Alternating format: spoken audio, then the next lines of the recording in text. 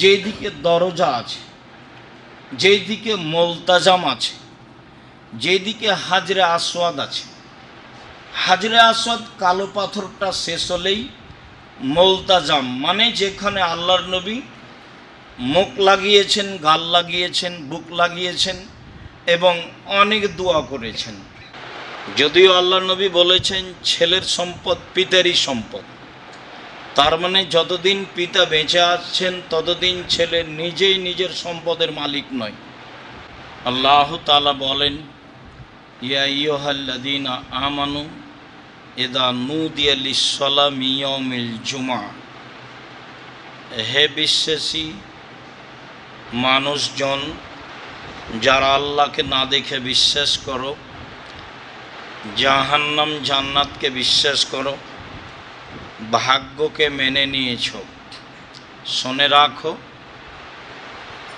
তোমাদেরকে যখন জুমার দিন আজান দিয়ে ডাকা হয় তখন তোমরা দ্রুত মসজিদে চলে আসো, ব্যবসা বাণিজ্য ছেড়ে দাও। যখন সালাত হয়ে যাবে তখন আবার আল্লাহর অনুগ্রহ, সম্পদ, পয়সাপাতি উপার্জনে মাঠে নেমে যাও, বেশি বেশি আল্লাহকে ডাকো, আল্লাহ তোমাদের প্রতি দয়া করবেন, এ কথা আল্লাহ তাআলা বলেন। তাতে আমরা অবগত হয়েছি যে জুমার দিনও মানুষকে পয়সা উপার্জনে ব্যস্ত থাকতে হবে। জুমার দিন, শনিবার দিন, 2 দিন ছুটি তো বহু দূরের কথা, পয়সা উপার্জন করতে হবে না এরকম কোনো দিন নেই, এমন কোনো দিবসও নেই। আনন্দ ফুর্তির জন্য পয়সা উপার্জন করতে হবে না এমন কোনো দিন নেই। হজ করতে গিয়েও মানুষ ব্যবসা করতে পারে, এ কথা আল্লাহ তাআলা বলেন। ইন্দোনেশিয়ার মানুষেরা উমরা করার পরে হজের দিন পর্যন্ত বিভিন্ন ব্যবসায় ব্যস্ত থাকে। পাকিস্তানের লোকেরাও কাছাকাছি থাকে। বহু দেশের মানুষই সুযোগ পেলেই ব্যবসা করে, যা আল্লাহ তাআলা বলেছেন। তাহলে পয়সা উপার্জনের বিষয়টি আল্লাহর আদেশ। তাতে এই কথাও বলা হয়েছে যে পিতা ছেলের উপার্জন খেতে পাবে, তবে যতদিন পিতা উপার্জন করতে পারে ততদিন পিতাই উপার্জন করবে, এটাই শরীয়ত। যদিও আল্লাহর নবী বলেছেন ছেলের সম্পদ পিতারই সম্পদ, তার মানে যতদিন পিতা বেঁচে আছেন ততদিন ছেলে নিজেই নিজের সম্পদের মালিক নয়। যদিও অংশ বন্টনের সময় তাকে মালিক বলে ঘোষণা করা হয়েছে, কিন্তু আল্লাহর নবী বলেছেন ছেলে এবং ছেলের সম্পদ সবই পিতার। এরপরেও পিতাকে উপার্জন করে খেতে হবে, এ কথাই ঠিক। আব্দুল্লাহ ইবনে আব্বাস রাদিয়াল্লাহু তাআলা আনহু বলেন যে লাম্মা দাখালা রাসূলুল্লাহ সাল্লাল্লাহু আলাইহি সাল্লাম আল বাইতা, যেদিন আল্লাহর নবী মক্কা বিজয় করলেন সেদিন তিনি কাবা ঘরের ভিতরে প্রবেশ করেছিলেন। ফাদা ফিন নাওয়াহিহি কুল্লিহা, ভিতরে ঢুকে তিনি চতুর্দিকে দোয়া করলেন। ওলাম ইসল্লি, তিনি ভিতরে সালাত আদায় করলেন না। সুম্মা খারাজা মিনহু, অতঃপর তিনি বাইতুল্লাহ ঘরের ভিতর থেকে বের হয়ে আসলেন। রাকা রাকাতাইনে ফি কিবালিল কাবা, কাবা ঘরের মুখের উপরে 2 রাকাত সালাত আদায় করলেন এবং বললেন হাদিয়াল কেবলা, এটাই হচ্ছে কেবলা।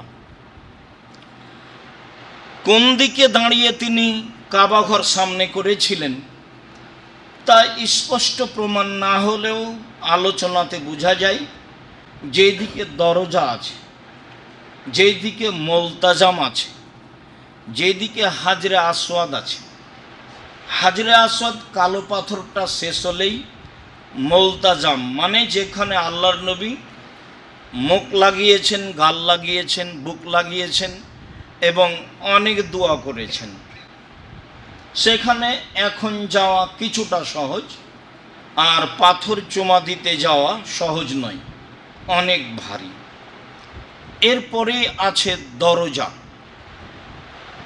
বহুদিন যাবৎ পরবর্তী বিদ্বানেরা এইখানে দাঁড়িয়ে কাবা ঘরকে সামনে রেখে সালাত আদায় করেছেন। যদিও প্রায় 500 বছরেরও বেশি চারজন ইমাম কাবা ঘরের চারদিকে দাঁড়িয়ে ইমামতি করতেন সময়ের ব্যবধানে।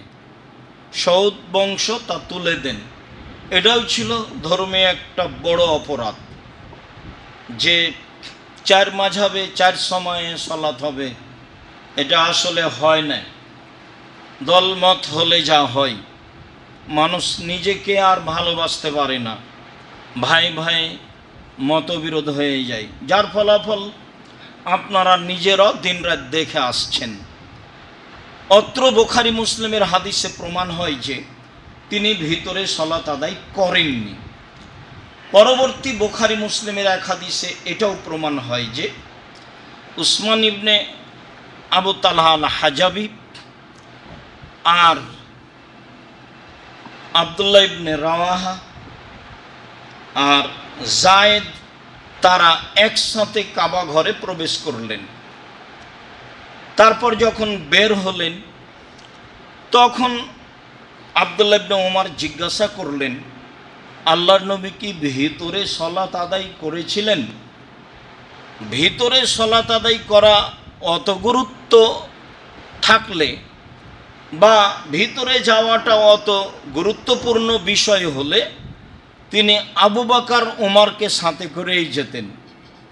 মানে বহু কথাতে বলেছেন, এটা আমি বললাম, এটাই আবু বকরের কথা, এটাই উমরের কথা, আমি এটার প্রতি ঈমান আনলাম, এটার প্রতি ঈমান এনেছে আবু বকর, এটার প্রতি ঈমান এনেছে উমর। আবার রাস্তাঘাটে বের হলে ব্যাগ বকচা লাগেজ আল্লাহ রাসূলেরটা আবু বকর সিদ্দিকের সাথে থাকতো, আবু বকর রাদিয়াল্লাহু তাআলার ব্যাগ বকচা ব্যাগ লাগেজ থাকতো আল্লাহ রাসূলের সাথে। তখন ব্যাগ বকচা উমরের ব্যাগ বকচার সাথে থাকতো না। পারিবারিকভাবে রাস্তায় চললে মুহাম্মদ সাল্লাল্লাহু আলাইহি সাল্লাম আবু বকর সিদ্দিকের পরিবারের সাথে একসাথে চলতেন, সব কিছুই একসাথে থাকত। যদিও আবু বকর সিদ্দিকের মেয়ে রাসূলের ঘরে, উমর রাদিয়াল্লাহু তাআলা আনহুর মেয়েও রাসূলের ঘরে, এরকম তফাৎ দেখা গেছে।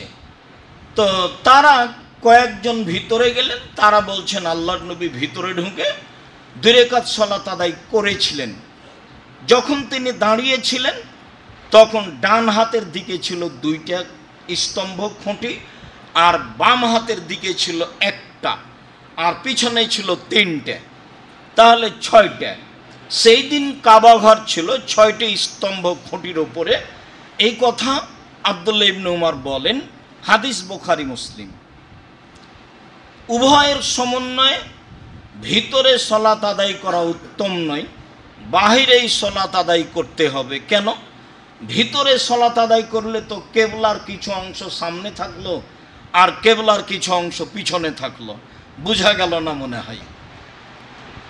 কেননা ভিতরে ঢুকে আপনি যেদিকে মুখ করবেন কাবা ঘরের এক অংশ পিছনে থাকবে, আর যদি বাহিরে সালাত আদায় করেন মুখ যেদিকে করেন কাবা ঘর সামনে থাকবে। তিনি বাহিরে সালাত আদায় করলেন, ওই বর্ণনায় বুখারী মুসলিমের বর্ণনা, তাতে তিনি ঘোষণা দিলেন এটাই হচ্ছে কেবলা, এই ঘরকে সারা পৃথিবীর মানুষ কেবলা হিসাবে সালাত আদায় করবে, এ কথা তিনি বললেন। যা আল্লাহ বলেছেন, যা আল্লাহর নবী বলেছেন।